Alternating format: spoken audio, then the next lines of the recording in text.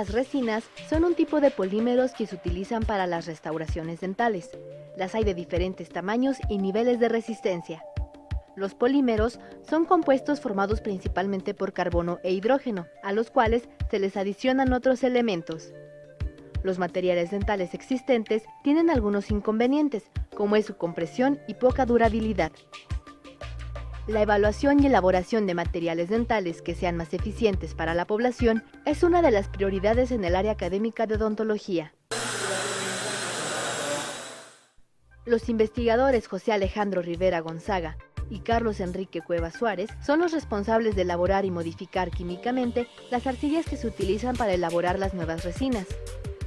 Mientras que Juan Eliezer Samarripa Calderón, responsable del Grupo de Investigación de Biomateriales Dentales, analiza estadísticamente los resultados de este proyecto. Al conocer los materiales dentales y sus especificaciones, se podría identificar cuáles son los adecuados para usarse en un determinado procedimiento. Se han elaborado nuevos productos y se ha evaluado la resistencia mecánica, dureza, así como absorción y solubilidad.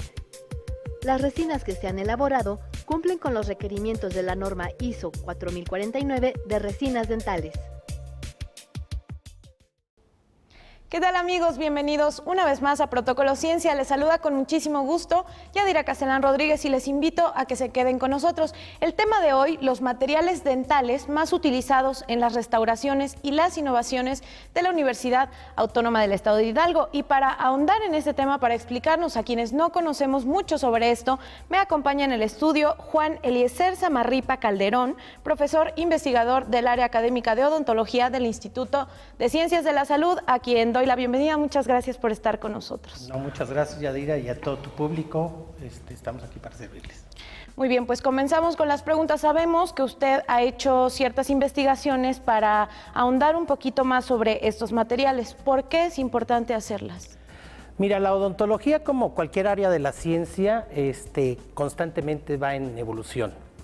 Y hablando de odontología restauradora, de restaurativa, pues lo que se busca es tratar de igualar en la mayor medida los componentes básicos de los dientes.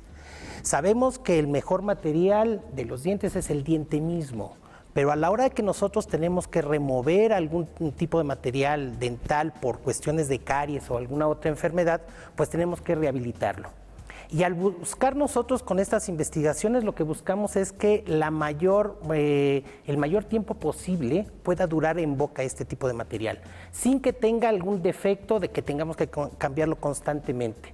Hablando de estética, de características físicas del material, de resistencias, ¿sí? Y de evitar obviamente que el diente se vuelva a enfermar. Aunado a esto, ¿qué resultados ha traído ya esta investigación? Pues mira, hablando de la investigación en sí, que es principalmente sobre resinas dentales, pues hemos estado buscando evitar un problema muy importante en estas resinas, que es la contracción a la hora de que endurece. El proceso químico realmente, como se llama, es polimerización. Al momento de que polimerizan estas resinas, estas empiezan a contraerse y evitan un exacto contacto con el diente, lo que hace que haya o exista algún tipo de discrepancia entre el diente y el material. Al haber esta discrepancia, pues ahí puede haber algún tipo de entrada de microorganismos, de bacterias, de saliva, lo que causa posteriormente caries recidivante. ¿Esto qué quiere decir? Que debajo de la restauración lo que tenemos es probablemente más caries. Tendríamos que quitar ese material y volver a quitar ese tejido carioso y volverlo a rehabilitar. Bien, como ya lo mencionamos en el programa pasado, tenemos una nueva dinámica aquí en Protocolo Ciencia. La audiencia hace unas preguntas y nuestro experto las responde, así que vamos a ver las preguntas del día de hoy. Disculpe, doctor, ¿qué tipos de resinas existen? Es una muy buena pregunta. Actualmente tenemos resinas que se clasifican por el tipo de relleno. Las tenemos de macro relleno, de relleno micro relleno y de nano relleno. ¿En qué consiste esta diferencia? En el tamaño de partícula del componente inorgánico del compuesto. Al ser más pequeño este componente inorgánico, las resinas nos confieren mayor resistencia mecánica, mayor característica estética, ¿sí? Y mayor pulido. Esto hace que el material tenga muchísimo más reflexión de la luz y se vea muchísimo más natural.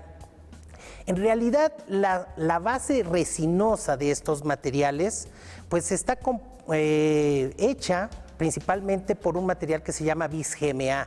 Esta es la mayoría de las resinas que tienen este tipo de monómero. Tienen algunos otros diluyentes, pero la característica fundamental, les digo, es el relleno inorgánico con lo cual se mantienen estas resinas. Doctor, ¿con qué materiales han experimentado para hacer nuevas resinas? Esa también es una pregunta interesante. Mira, en este momento puedo decirles que la Universidad Autónoma del Estado de Hidalgo es dueña de una patente de un nuevo monómero, con lo que nosotros estamos tratando de evitar en lo mayor de lo posible la contracción de estos materiales. Esta patente está en colaboración con la Universidad de Buenos Aires en Argentina, ¿sí? Y podemos decirle que ya está en fase internacional. Y en lo que estamos haciendo ahorita principalmente es jugando, por así decirlo, con los rellenos inorgánicos. Principalmente es el óxido de silicio lo que tenemos como relleno inorgánico junto con la zirconia. Pero hoy en día estamos en el Laboratorio de Materiales Dentales de nuestra universidad tratando de investigar cuál es la influencia de algunas arcillas en este tipo de materiales. Doctor, ¿las amalgamas o algún otro material dental pueden ser tóxicos? Si bien el mercurio es un material altamente tóxico, tanto en sus vapores como en la ingesta del mismo, la cantidad que se utiliza con la amalgama dental es muy pequeña, por lo tanto es inocuo. La amalgama está utilizándose en la odontología desde hace muchos años, a finales de los años 1800, por lo tanto podemos decir que es un excelente material de obturación. Sin embargo, tenemos que pensar únicamente una cosa, en la estética. Hoy en día las personas buscan que el material con que se restauran los dientes tengan un parecido muy similar al tipo de tejido que se está restaurando. Sin embargo, la amalgama dental hoy en día es utilizada y creo yo que por mucho tiempo más. Doctor, ¿han tratado de hacer algún otro material dental?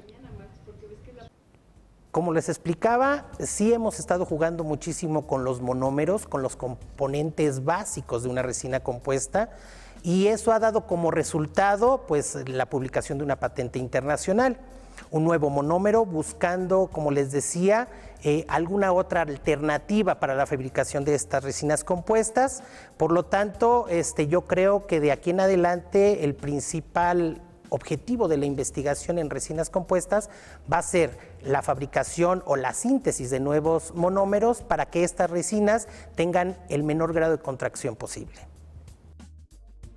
Bien, para finalizar, yo tengo otra pregunta para usted. ¿Qué beneficios traerían todos estos nuevos implementos de nuevas resinas en este caso? Mira, es muy interesante. Lo que se busca, como decíamos al principio de la charla, es que el material que nosotros vayamos a utilizar para la rehabilitación de los dientes tenga el mayor tiempo posible en boca, lo que conocemos como vida útil.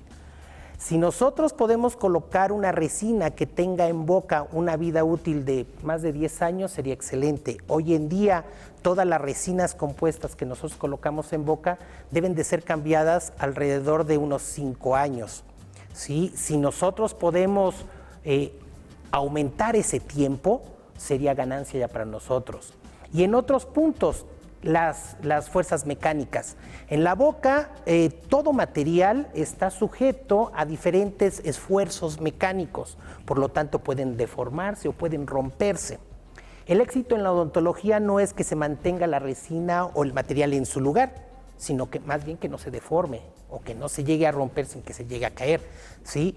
Y nosotros hoy en día, como te decía, con estas arcillas, lo que buscamos es aumentar estas fuerzas mecánicas, más bien la resistencia a estas fuerzas mecánicas para evitar que se deforme este material y con esto podamos nosotros asegurar un éxito clínico del material. Sin duda es interesante esta investigación porque estamos en contacto con este tipo de situaciones y pues no conocemos realmente lo que está pasando dentro de nuestra boca. A manera de conclusión, tal vez nos quiere aportar algo más a quienes nos están viendo. Bueno, nuestra universidad está apoyando fuertemente estos esfuerzos de investigación en materiales dentales que en México tenemos muy poco avanzado. La UNAM, la Universidad de Puebla, la Universidad del Estado de México, la Autónoma del Estado de México pudieran ser algunas de las universidades que están tratando de insertarse en este campo de la investigación, pero nuestra universidad nos está apoyando fuertemente para que también podamos estar a la vanguardia aquí en México de este tipo de investigaciones. Pues muchas gracias por aclararnos este tipo de dudas a nosotros y a la audiencia, a quienes nos están viendo. Y así llegamos al final de esta emisión de Protocolo Ciencia. Agradecemos a nuestro experto por su participación y a ustedes por su atención. Nos vemos la próxima. Muchas gracias.